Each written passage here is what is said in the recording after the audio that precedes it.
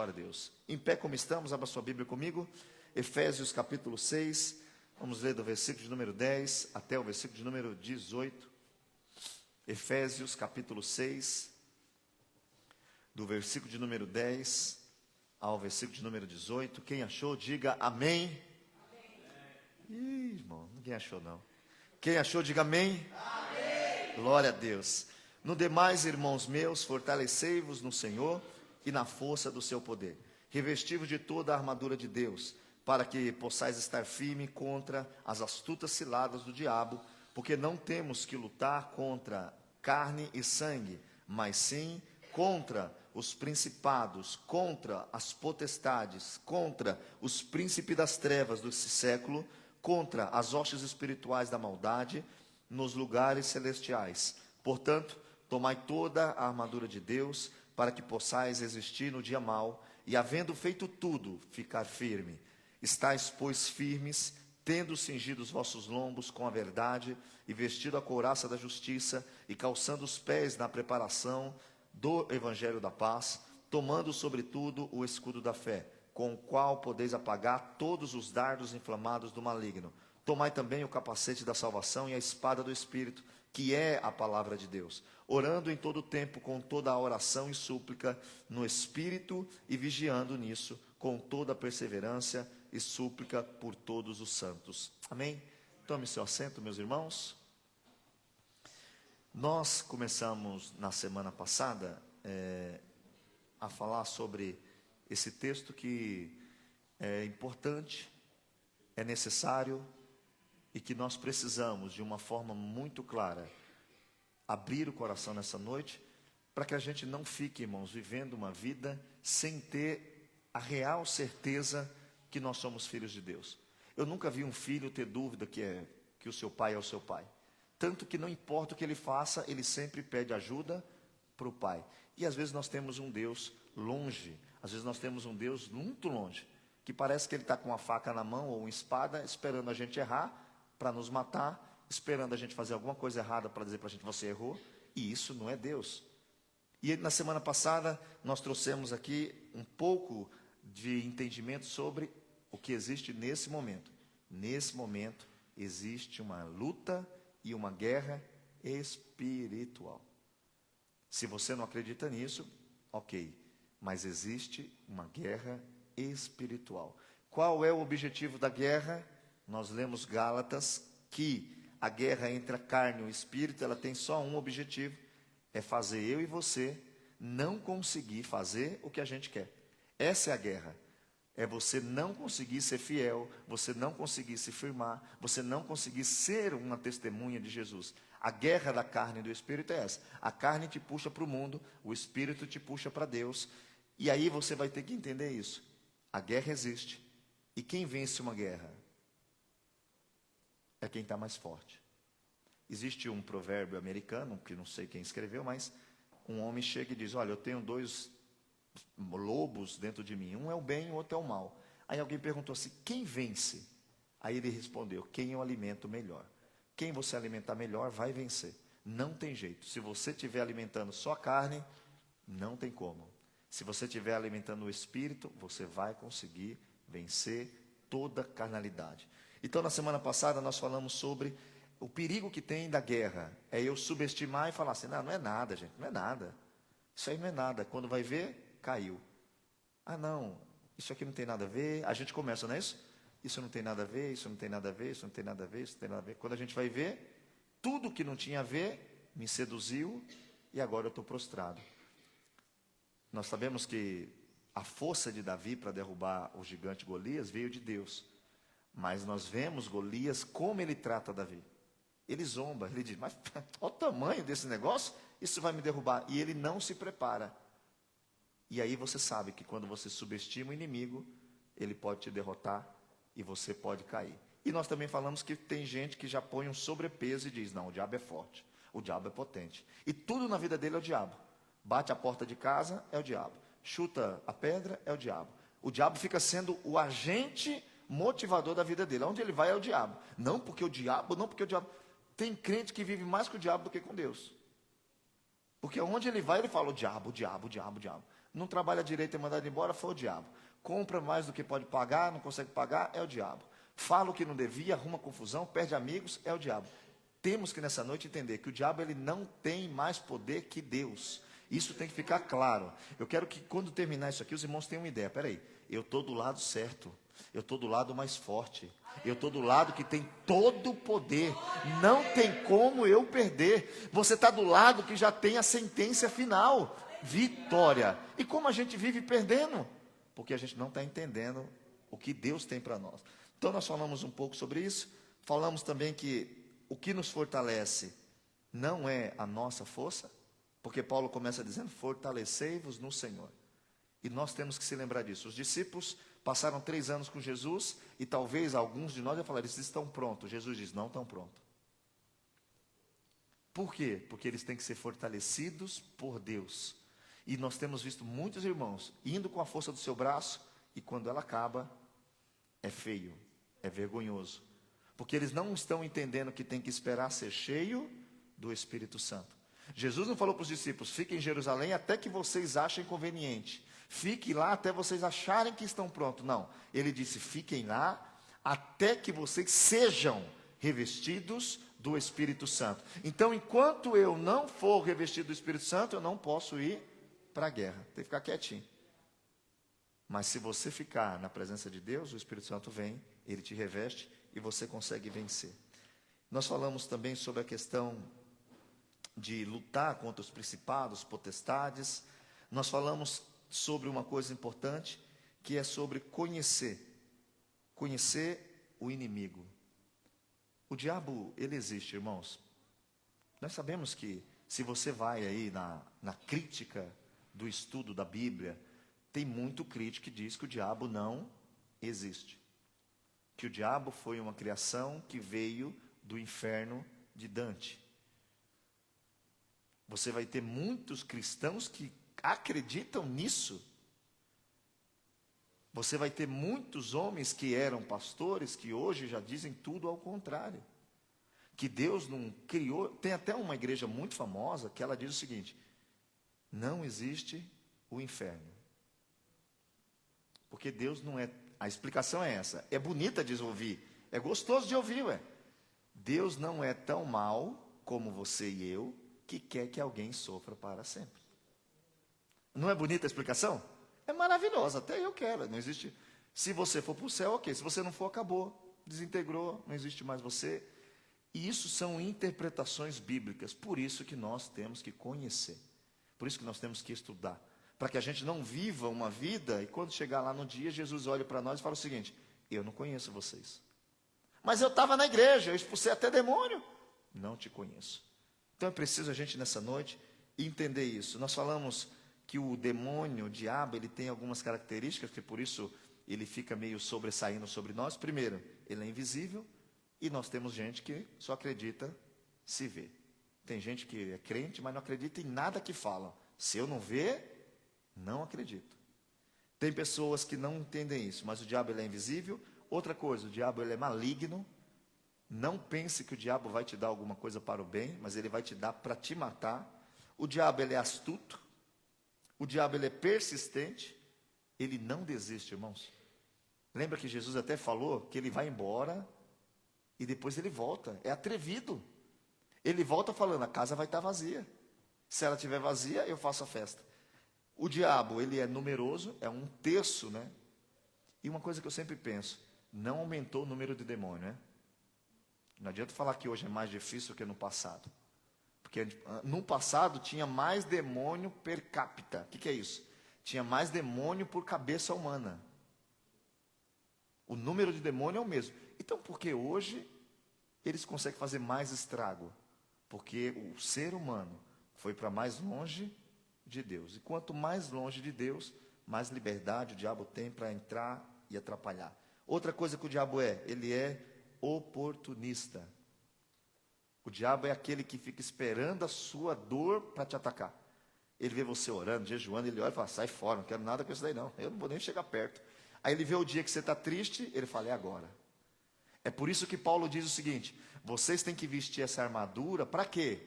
Para que no dia bom vocês resistam. Não, no dia mau, é no dia que você está querendo desistir, é no dia que você fala, isso aqui está errado, não estou tendo fé não, eu nem sei que é Deus. É nesse dia que você está coberto por uma armadura, que o diabo vem e ele não consegue entrar. Então, nós temos que entender uma coisa, que aí o que eu quero hoje, antes de falar sobre conhecer o diabo, porque a gente tem que saber como ele age. Como é que eu sei atacar formiga? Aonde vem formiga? Doce. Quando começa a ter muito formiga na casa, a pessoa, a primeira coisa que faz, pega os doces, põe tudo na geladeira. A formiga não entra na geladeira. A formiga dá uma volta, não é boba, viu que não tem doce, vai embora. Nós temos que saber como o diabo age, para que a gente, quando vê, fala, isso aqui é coisa do diabo. Isso não é Deus, não. Isso é coisa do capeta. Isso vai me matar, isso vai me enrolar. E tem um detalhe que a gente tem que saber, quando a gente fala de conhecer. Abra sua Bíblia comigo aí, eu quero ler com os irmãos, Oséias capítulo 4, quero ler o versículo de número 6. Todo mundo já leu esse versículo.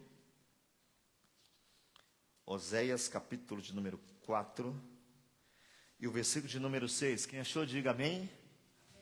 O texto diz o seguinte: o meu povo, estão comigo, irmãos? É importante que você abra aí.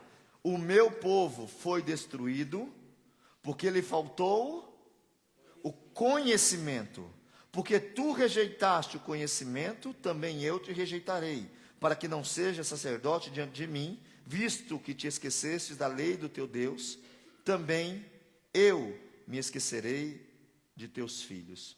Aqui tem um ponto, e é aqui que a gente está tendo dificuldade. Ele diz o seguinte: o meu povo, ele é destruído, ele se perde, ele sai da direção, ele sai do caminho, ele sai da minha presença. Porque o meu povo é meu povo. Por que acontece isso com eles? Porque lhe faltou conhecimento.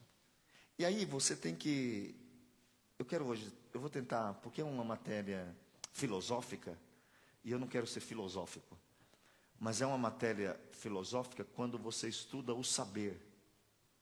O que significa conhecimento? O que significa isso? Como eu sei o que é conhecimento? Como eu explico o que é conhecimento? É você saber alguma coisa. Mas dentro dos estudos do conhecimento, nós temos saber que e saber como. E tem muitos irmãos que vivem um cristianismo de saber que.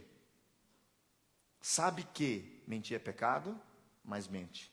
Sabe que Deus é justo, mas é injusto. Sabe que deve ler, mas não lê. Sabe que não pode fofocar, mas fofoca. Sabe que quem faz isso vai para o inferno, mas faz da mesma forma. Então eu tenho conhecimento que. E qual é o conhecimento que muda o meu relacionamento com Deus? É o saber como. E nós muitas vezes estamos dentro da igreja e só sabemos que Deus existe, que Deus é amor, que Deus é fiel. Mas saber que não altera a minha vida. Todo mundo aqui sabe quem é o homem mais rico do mundo. Sei que ele é. Mas como eu não tenho conhecimento dele, a riqueza dele não atrapalha nada na minha vida. Se você é amigo, se você tem conhecimento de estar junto, se é teu amigo, quando ele está vendo você em dificuldade, ele te socorre. E ninguém sai por aí ajudando quem não conhece. Ajuda quem conhece. Então nós temos que nessa noite pensar um pouquinho sobre isso. O profeta vai dizer o seguinte: o meu povo ele é destruído, irmãos, porque lhe falta saber quem é Deus, conhecer quem é Deus, e fundo. E nós vivemos hoje o quê? Hoje tem seminário, hoje tem retiro, hoje tem tanta coisa, e tudo isso se transforma em informação. Todo mundo aqui tem informação de Deus. Todo mundo aqui tem informação de Deus. Deixa eu ver se eu não conheço ninguém. Todo mundo aqui tem informação de Deus. Mas o que essa informação está mudando na sua vida? Porque a informação de Deus não muda a vida. O que muda é conhecimento de Deus. É diferente de informação. Saber que o sol nasce é uma coisa, mas saber como o sol nasce é outra. E nós estamos vivendo um tempo que o cristianismo é um cristianismo de informação. Todo mundo sabe dizer é certo, é errado, é justo, é injusto. Mas na hora de aplicar na vida, nós temos uma dificuldade. Será que você está aqui nessa noite e você só sabe que Deus não quer isso, Deus não quer aquilo, e você não sabe como viver isso? Tem um texto bíblico também, que eu quero que você abra aí comigo, que esse texto ele é famoso, né? No Brasil ele ficou famoso, eu acho que todo brasileiro sabe. Se eu perguntar aqui, qual é o que os brasileiros ficaram falando todo dia lá no Brasil? Principalmente nas eleições. João, capítulo de número 8. E o versículo de número 32. Abra sua Bíblia comigo, por favor. Jesus não falou que quem tivesse conhecimento, informação dele seria salvo. Jesus não falou que quem soubesse alguma coisa. Não, ele vai dizer assim, você vai conhecer. E você conhecerá a verdade, e a verdade te libertará. Tem irmãos aqui que não me conhecem. Não conhece, irmão. Você só conhece aqui do culto. A gente nunca conversou. Assim de falar, a gente conversou de problemas. Como é que eu faço isso? Mas você não sabe o que eu gosto de comer. Você não sabe o que eu gosto, a minha cor preferida. Você não sabe que hora que eu durmo, que hora que eu acordo. Você pode imaginar. Você vê as mensagens, você imagina a hora que eu durmo, a hora que eu acordo. Mas você não me conhece. E Jesus disse o seguinte, ter informação dele não muda a tua vida. Saber que ele é o Filho de Deus, que tira o pecado do mundo, isso não muda a tua vida. Aí Jesus deixa o seguinte, sabe por que está cheio de crente que não é liberto?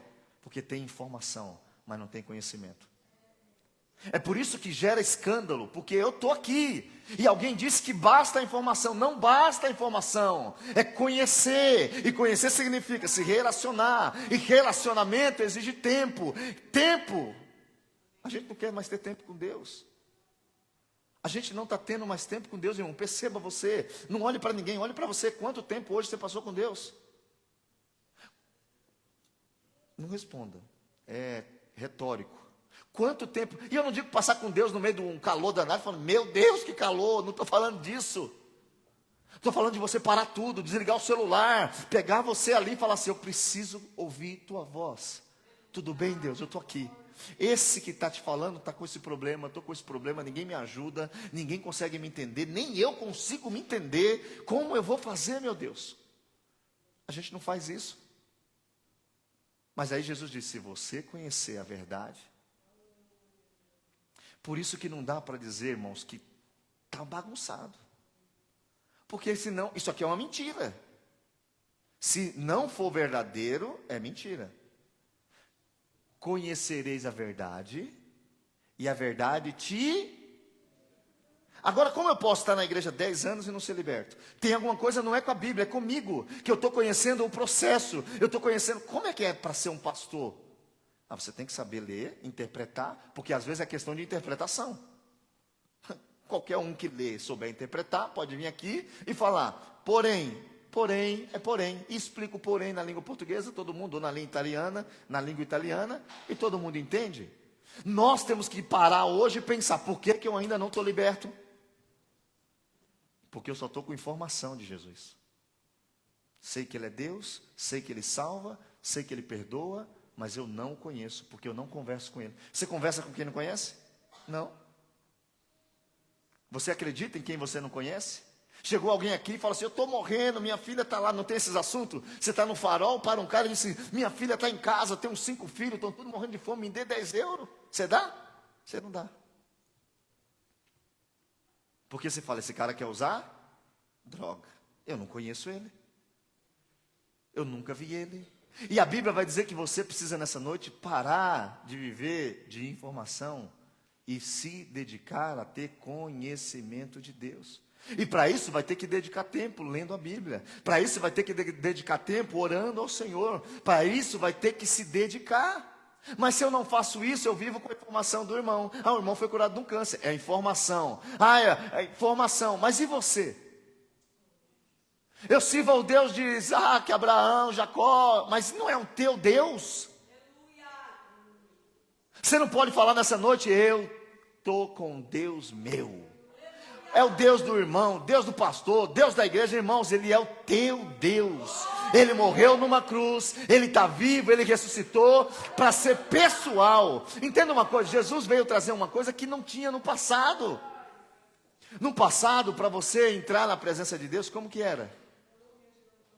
Seja você rico, pobre, pegava a sua ovelha, pegava a sua pombinha, ia até o sacerdote, entregava para o sacerdote, e o sacerdote fazia. Hoje não. Hoje está à disposição minha e sua. E não está a minha e a sua disposição uma coisa banal, mas está disponível o trono da graça, aonde tem perdão, aonde tem cura, aonde tem convencimento, aonde tem transformação, mas é preciso conhecer. E a gente está cheio de crente com informação sobre Jesus, porque não conseguem se libertar. A gente não quer abrir mão de mais nada por Jesus. Nada, nada. Tudo que fala que não é bom, fala, mas por que que não é bom? Leia a Bíblia que você vai ver que tem coisa que não convém. Abra sua Bíblia, deixa eu ler um texto com você. Salmos, de número 25, verso 14. Vamos ler? Salmos de número 25 e o verso de número 14.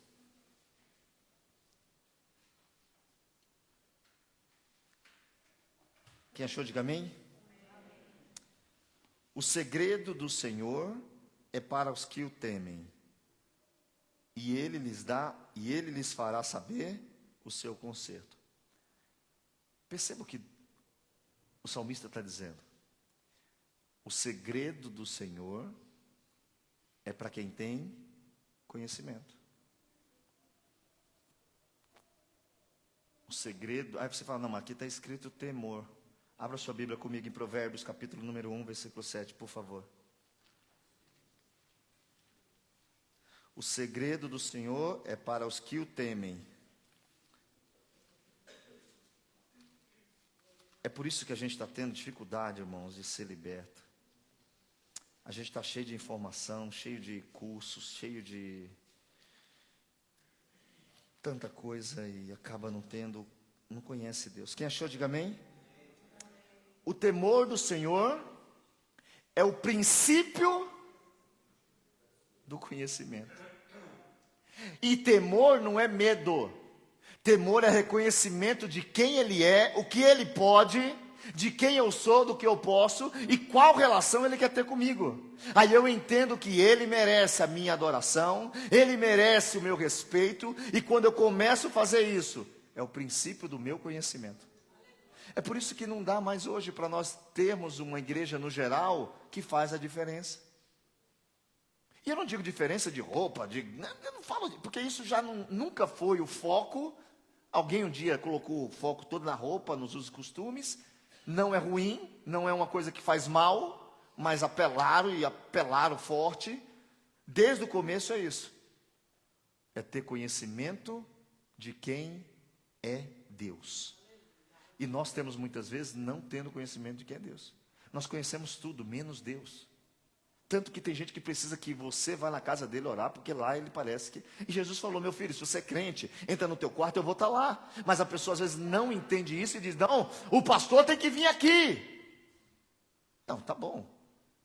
O pastor tem que ir. Mas se o pastor não puder ir? Porque o pastor é um.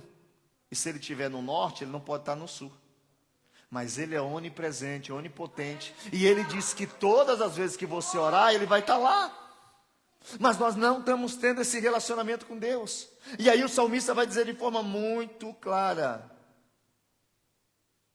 o segredo dele, Aquilo que está escondido é para quem conhece Ele.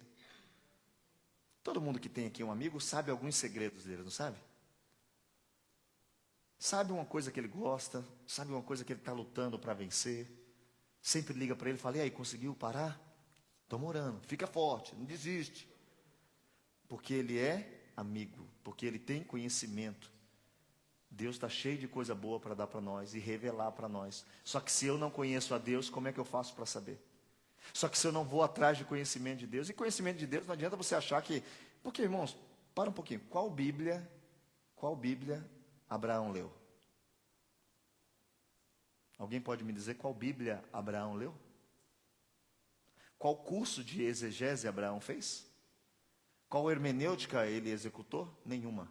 Mas diz o texto que ele conheceu a Deus. Quem conhece é liberto. Quem conhece, obedece. Quem conhece não precisa o pastor falar, ele muda sozinho. Quem conhece não precisa ninguém vir dizer, porque Deus se revela e Deus mostra o segredo da vida. O problema é que nós não estamos mais conhecendo a Deus. Por quê? Cada igreja tem um terno, uma figura, ou é camisa xadrez, pastor sempre de camisa xadrez, ou pastor só de terno, e nós fomos criando conhecimento de uma forma de Deus, sendo que Deus precisa ser conhecido. Perceba como faz a diferença conhecer. Quem conhece faz coisas loucas. Quem conhece faz coisas loucas. Como pode alguém morrer por Jesus? Como pode, irmãos? Não é só negar e depois pedir perdão? Não é só negar e depois pedir perdão? Ele perdoa tudo. Mas quem conhece Ele não consegue dizer que não conhece. Quem conhece Ele não consegue. Porque a pessoa entende que Ele é a vida, Ele é a razão de ser. E nós vivemos hoje um dia que nós não sabemos mais nem quem é Deus. Nós estamos sempre dizendo: eu não sei o que Deus quer, eu não sei o que Deus quer, eu não sei o que Deus quer para mim. Ele quer que você entenda que Ele é um Pai, que Ele te ama, que Ele morreu numa cruz e que Ele quer mudar a sua vida. Mas se eu não tenho conhecimento de Deus, é preciso nessa noite... Abra sua Bíblia, vamos ler mais um texto? Vamos ler o Salmo 111. Deixa eu ler esse Salmo com você, 111.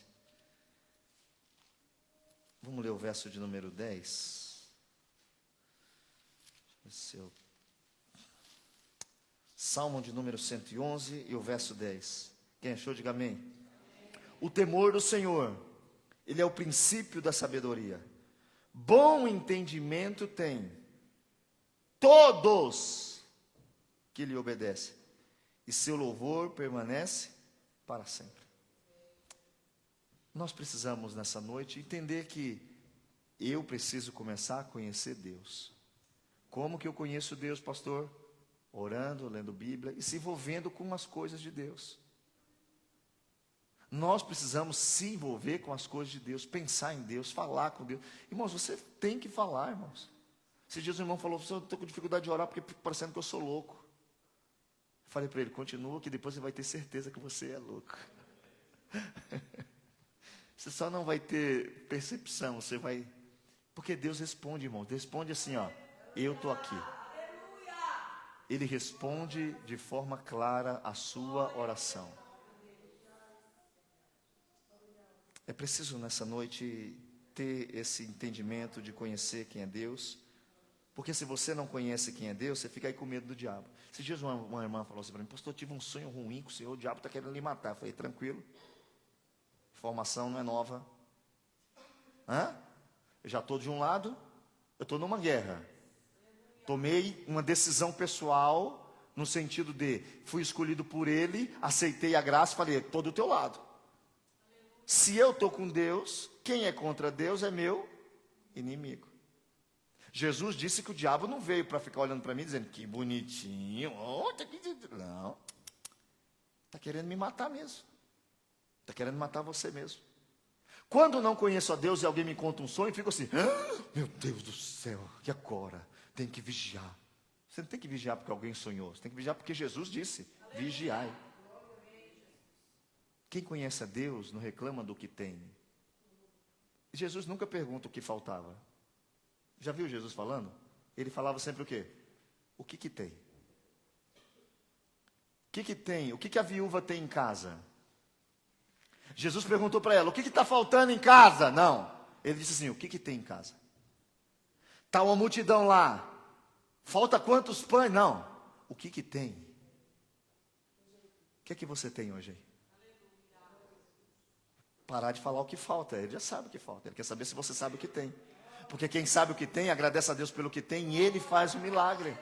Só que nós nessa noite temos que voltar a entender, se eu não conheço a Deus, tudo que vem da parte do diabo vai me sobrecarregar. Será que a gente está assim? E nós estamos nesses dias falando sobre o benefício de vestir a armadura de Deus.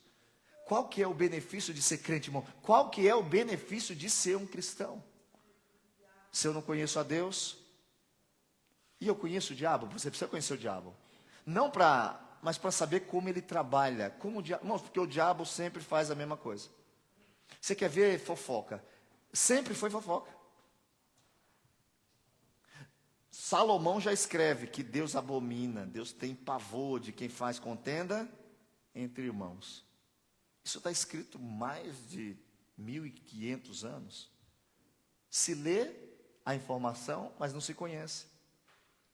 E nós vivemos um tempo que temos tanto cristão que tem informação de Deus, só que não conhece a Deus. Na hora da luta, ora sem fé que Ele vai chegar.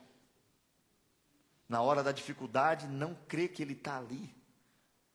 E é preciso nessa noite abrir o seu coração para a gente poder conhecer mais e mais o nosso Deus.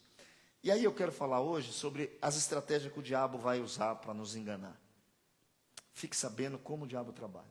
Primeira coisa, ele vai misturar verdade com mentira.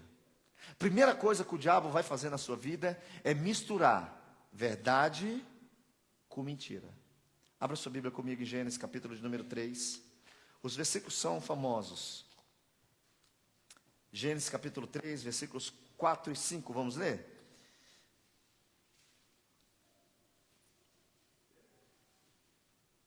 Gênesis capítulo 3, versículos 4 e 5 diz assim: Então a serpente disse à mulher, certamente não morrerás, porque Deus sabe que no dia em que deles comeres, se abrirão os vossos olhos, e sereis como Deus, sabendo o bem e o mal. Aqui tem uma mistura de verdade e mentira. Deus sabia que se eles comessem, eles iam ter noção de bem e de mal. Por isso Deus disse, não coma. Por isso que Deus fala para a gente não pecar. Porque a Bíblia diz que o pecado gera morte. Mas o diabo vem para nós e diz, pode pecar, não morre não. Aí o diabo sempre tem alguém perto que diz, olha lá, não morreu não. Nós precisamos hoje entender que a graça e a misericórdia. Eu vou fazer uso de uma parte de um texto que eu gosto muito, que é uma pregação de Jonathan Edwards, que ele escreveu o sermão Pecadores nas mãos de um Deus irado. E tem uma parte que quando eu li, eu parei um pouco e fui pedir perdão a Deus por alguma coisa que talvez eu não estava entendendo. Quando ele dizia dentro do culto, ele falava, você está aqui, e a frase é essa, você está em adultério, e você está dizendo, eu estou em adultério, mas está tudo bem. E ele usa a seguinte expressão, tem uma folha de seda que separa você do inferno. E essa folha de seda só se sustenta por causa da graça de Jesus Cristo. Então se arrepende hoje e volta, porque senão essa folha vai rasgar e você vai direto para o inferno. Nós precisamos entender que o diabo vai sempre misturar, para que a gente fique achando que errado, eu estou certo. Versículo de número 22 de Gênesis 3. Olha o versículo de número 22. Quem achou, diga amém. Então disse o Senhor Deus, eis que o homem é como um de nós, sabendo o bem e o mal. Ora, pois, para que não estenda a sua mão e tome também da árvore da vida, e coma e viva eternamente. Olha o que Deus vai fazer. Tem gente que acha que Deus foi cruel, né? Deus é muito bom, Deus. Ele falou o seguinte, não come, porque se comer morre. Aí eles comem. O que é que Deus fala? Tem que tirar eles daqui, porque se eles comer da árvore da vida eterna, eles vão ficar eternamente condenados, eternamente amaldiçoados. Deus tira eles de lá, para eles não serem condenados e para eles desfrutarem daquilo que viria, que é o Filho de Deus. Irmãos, entenda uma coisa, Os irmãos do Antigo Testamento foram salvos pela fé que Jesus viria. Nós somos salvos pela fé que Jesus veio. E esses irmãos, pela fé em Cristo, que viria, eles foram resgatados com o amor de Deus. Então o diabo sempre vai fazer isso na sua vida. Se você ficar atento, você sabe que está errado. Mas como tem alguém dizendo que você está certo? Como pastor, o nosso pastor sempre é pior que o outro pastor. Escute isso aqui. O pastor da nossa igreja, ele sempre é pior do que o pastor da outra igreja. Às vezes você está aqui e vem alguém de outra igreja perguntar para mim o que eu acho sobre algum assunto. Mas por que ele vem perguntar para mim? Porque o pastor dele já disse que não podia. E ele não está atrás de saber o que o pastor dele pensa. Ele está querendo achar alguém que se chama pastor, que diga que pode, para que ele faça e depois ele diga: eu tive uma orientação do meu pastor, de um pastor. E as pessoas ficam nessa vida fazendo essas coisas. Mas eu quero te dizer hoje, tome cuidado com quem você quer ouvir. Quando você ouvir alguém, confronte com a Bíblia. Se eu te mandar fazer alguma coisa no sentido eclesiástico, se eu falar alguma coisa para você, diga para mim, prove na Bíblia. E para todos os assuntos que não está escrito especificamente, eu digo que a Bíblia diz: fugir da aparência do mal. Porque alguns dizem, mas não está escrito na Bíblia que não pode fazer isso. Não pode fazer tatuagem, por exemplo. Aí eu sempre falo isso. Fugir da aparência do mal. Aonde começou a tatuagem? Dentro de uma igreja? Não. Se você for num centro de ateísmo, todos têm tatuagem? Todos têm, todos fazem. Então por que eu quero me parecer com alguém que é ateu? Prefiro me parecer com quem não é ateu. É preciso nós entendermos que para tudo a Bíblia tem uma resposta. Mas eu posso querer aceitar ou não. Mas o diabo vai fazer uma mistureba. E ele vai, em muitos momentos, sabe usar o que para te confundir? A Bíblia. Abra sua Bíblia aí comigo. Mateus capítulo 4, versículo de número 6. E o diabo, isso aqui quando você lê, eu queria que você lesse isso aqui pensando o seguinte: o diabo é realmente cara de pau. O diabo realmente tem coragem de afrontar. Mateus 4 e o verso de número 6. Quem achou, diga amém. Vamos ler do 1. Eu quero ler do 1. Vamos ler do 1, irmãos, do 1 ao 6. Porque aí, se tem alguém que não tem o hábito de ler, ele entende. Então, foi conduzido Jesus pelo Espírito ao deserto para ser tentado pelo diabo. E tendo jejuado 40 dias e 40 noites, depois teve fome. E chegando-se a ele o tentador, disse: escute, se tu és filho de Deus, manda que estas pedras se tornem pães. Ele, porém, respondendo, disse: está escrito, nem só de pão viverá o homem, mas de toda palavra que sai da boca de Deus. Então o diabo lhe transportou à cidade santa e colocou sobre o pináculo do templo e disse: olha aqui, se tu és filho de Deus, lança-te daqui abaixo. Olha o diabo, porque está escrito: aos seus anjos dará ordem a teu respeito, e tomar-te-ão nas mãos, para que nunca tropeces em alguma pedra. Disse-lhe Jesus: também está escrito, não tentarás o Senhor teu Deus. Novamente transportou o diabo a um monte muito alto, e mostrou-lhes todos os reinos do mundo, e a glória deles, e disse: tudo isso te darei, se prostrado me adorar. Então disse-lhe Jesus: vai-te, Satanás, porque está escrito, ao Senhor teu Deus adorarás, e só Ele servirás. O diabo também vai usar a Bíblia, irmãos. O diabo também vai falar umas línguas estranhas aí. O diabo também vai profetizar. O diabo também vai querer te entregar até umas coisas boas para você viver aqui. Mas é preciso você ver que um texto bíblico, ele tem contexto. Não adianta isolar o versículo, a parte A, de C, de B, e dizer: ele está comigo até a consumação dos séculos. Não está escrito isso. Está dizendo que se eu ensinar as pessoas, se eu pregar o evangelho, ele está comigo. Mas a gente não pega essa parte, corta o versículo, isola ele e diz: olha aqui, Deus está comigo, quem é você para me julgar? Não é isso que a gente ouve? Não, Deus, não é isso que está escrito. É tão importante essa parte, a gente estava falando de conhecer. Jesus diz o que quando ele inspira João a escrever a primeira carta?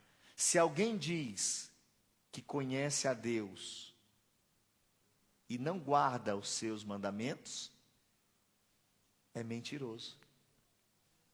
Então, se eu digo que eu amo a Deus e não consigo guardar, qual que é os mandamentos? Amar a Deus sobre todas. E isso aqui está ficando difícil, né? E o próximo nem quero saber mais, irmão. Isola isso. Vamos ficar, não precisa amar o próximo não, tá bom? Porque está dando problema, não está? A gente não está conseguindo. Vamos cortar? É só tirar da Bíblia. Não podemos fazer isso. Por isso, nós temos que ter esse entendimento, que o diabo, em muitos momentos, ele vai usar a palavra de Deus para tentar tirar você da direção. Se você vai também, abra sua Bíblia comigo aí.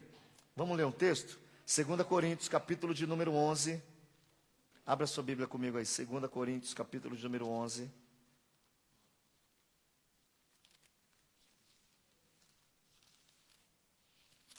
Quero ler o versículo 4 primeiro, abre aí. 1 Coríntios 11, 4. 2 Coríntios, capítulo de número 11. E o verso 4. Quem achou, diga amém. Porque se alguém for pregar outro Jesus, acharam? Porque se alguém for pregar outro Jesus, que nós não temos pregado, ou se recebeis outro Espírito que não recebestes, ou outro Evangelho que não abraçaste, com razão sofreis. Entenda uma coisa, só existe um Evangelho. Essa é a nossa briga, não é? Essa é a nossa briga. Essa é a nossa dificuldade. Cada um está com... Aqui dentro, pode ser que cada um tenha um. Pode ser que alguém está escutando eu falar e diga, não, não é verdade, não acredito assim. O outro pastor lá, que é mais famoso, disse diferente. Não, o outro pastor que nem é famoso, disse diferente. Nós não podemos dizer o que pensamos no sentido pessoal. Nós temos que dizer o que está escrito. E aqui está escrito que se alguém for pregar outro Jesus, por isso que tem gente sofrendo, porque aceita. Aí ele diz o seguinte, com razão sofreis. Porque estamos vivendo um Jesus que não é o bíblico. Irmãos, isso aqui tem que entrar na nossa cabeça. Quem é crente, quando está triste, não vai pecar, vai chorar, vai jejuar, vai clamar. Vai até pedir para Deus, me mata, mas não se mata. Porque Elias pediu, me mata, eu não vou matar não, mas tu me mata, que eu não quero mais viver não. Nós ficamos tristes, mas nós vamos não para o mundo. Um monte de gente no mundo e diz, não, porque a igreja, porque o pastor, porque o irmão. Eu quero saber do pastor, se ele errou, o problema é dele. Eu sei que Deus não erra, eu sei que Deus permanece, então eu vou atrás de Deus. O diabo vai tentar te iludir, te enganar. Versículo de número 13, aí do mesmo capítulo. Lê comigo, por favor. Porque tais falsos apóstolos são obreiros fraudulentos, transfigurando-se em apóstolos de Cristo. Irmãos, o negócio é profissional, irmãos. O falso, sabe qual que é a maior qualificação do falso? A maior qualificação do falso é parecer verdadeiro. Você nunca vai receber uma nota falsa se ela não tiver parecida com a verdadeira. Você pegou assim, se o papel tiver diferente, você já falou, opa, está esquisito isso aqui, está dura essa nota. Aí você olha assim, um desenho está torto, manchado, fala, essa nota é falsa. Mas se ela tiver todas as perfeições, detalhes, então o diabo copia tudo. Copia o jeito de falar, copia o que está falando, copia as paredes, copia terno e gravata. Vamos pôr terno e gravata porque os crentes estão acostumados. Chegou um cara de terno e gravata, todo mundo fala, é crente, esse é crente. Esse é crente dos antigos. Chegou uma mulher do cabelão, ele fala, olha, essa é vaza.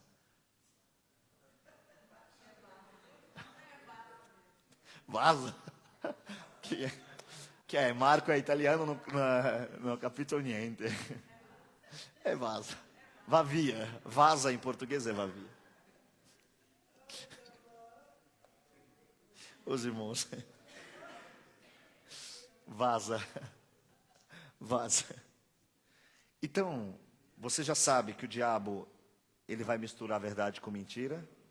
Você já sabe que o diabo vai usar a Bíblia. Você já sabe que o diabo vai se parecer com Deus. Ele vai usar alguns detalhes para se parecer. E eu quero aí que você abra a sua Bíblia comigo para a gente ler 2 Tessalonicenses capítulo 2. Que o diabo também vai tentar imitar a Deus, irmãos. Quem achou aí?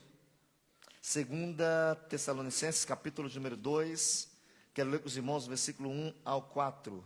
Diz assim: Ora, irmãos, rogo-vos pela vinda de nosso Senhor Jesus Cristo e pela nossa reunião com Ele, que não vos movais facilmente do vosso entendimento, nem vos perturbeis, quer por espírito, quer por palavra, quer por epístola, como de nós, como se o dia de Cristo estivesse já perto. Ninguém de maneira alguma vos engane, porque não será assim, sem que antes venha a apostasia e se manifeste o homem do pecado, filho da perdição, o qual se opõe e se levanta contra tudo o que se chama Deus ou se adora, de sorte que se assentará como Deus no templo de Deus, querendo parecer com Deus. O diabo, ele sempre, irmãos, ele vai querer imitar tudo, mas aí você vai pegar o diabo aonde? No princípio. O diabo não é humilde. Por isso, quando você vê um pregador soberbo, você fala, esse daí está trabalhando para outro. Quando você vê um crente orgulhoso, você fala, esse aí não está entendendo nada. Quando Paulo dá um conselho para os irmãos, dizendo o seguinte, ó, e eu paro por aqui. Não vão além do que está, para que vocês não se ensoberbeçam uns. O que Paulo estava dizendo? Para com esse negócio, aquele lá é profeta. Ai, aquele lá... Não, o que está escrito? O profeta não tem vida com Deus. Engraçado, o irmão que fica em silêncio tem uma vida santa. O que vive pregando não tem. Mas a gente prefere o que vive pregando, porque fala o que eu quero ouvir. É preciso hoje nós orarmos, porque o diabo faz isso. Então hoje nós paramos aqui. O diabo, ele vai misturar a verdade com mentira, ele vai usar a Bíblia, ele vai usar disfarce e ele vai imitar a Deus. E depois a gente continua. Vamos ficar de pé, vamos orar?